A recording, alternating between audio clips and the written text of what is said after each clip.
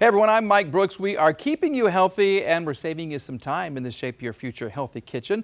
We're talking about MREs, Meals Ready to Eat. This is Chef Valerie from the OUTU School of Community Medicine.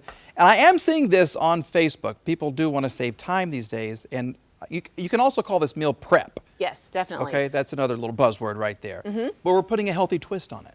Yes, so this is bulk cooking so that you can eat it now, but you can save it and eat it later. Put these things in your refrigerator or freezer, something you can take to work if we ever go back to work in person, right? Okay, so for lunch or whatever. And so our bowl meals that we use for our classes are usually 4 components. It's an intact grain, so what we have here is bulgur wheat. What is an intact grain? What is that? Great question. Yeah. So that is a grain that retains its original kernel shape and it's not ground into a meal or flour. Okay, so it's not a flour. So this guy right there. Okay. Yes, and so that's going to be wheat berries, bulgur wheat, quinoa, rolled oats, that kind of thing. Good to know. Okay. So we're using that for the base of our bowl.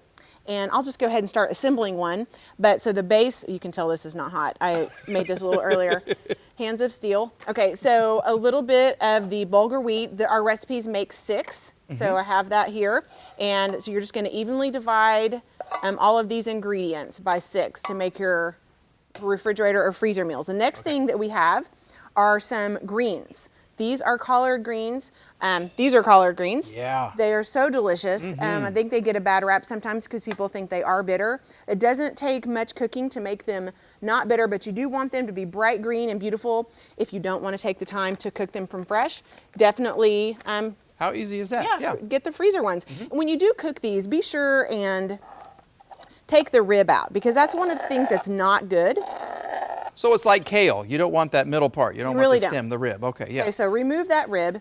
And then the next thing that's going to go on are some kidney beans. Maybe you have, oops, wrong one.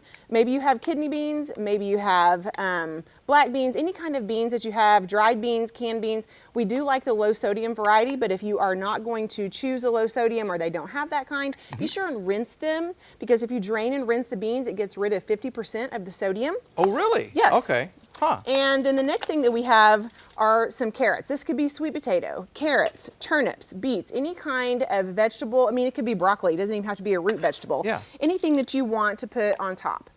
Okay? And so these bowls are ready to go. And the next thing you'll do is just put the lid on, and then I would suggest writing the ingredients, what it is, and the date on it, and then putting it in the refrigerator or freezer just like that. And how long can these stay in the refrigerator or the freezer? I think you would want to eat these within 5 days from the refrigerator. And in the freezer, I mean, we're talking a couple of months for sure. Put them in the back of the freezer because that's the coldest part of your freezer. That is so easy. I could even do this. You can do this. And I could eat this for 6 days. You could. Good stuff. All right, if you'd like this recipe or any of our other fantastic recipes that the chef has put together, please check them out on our website, kgrh.com. Thanks for coming in and telling us about this. Thank you.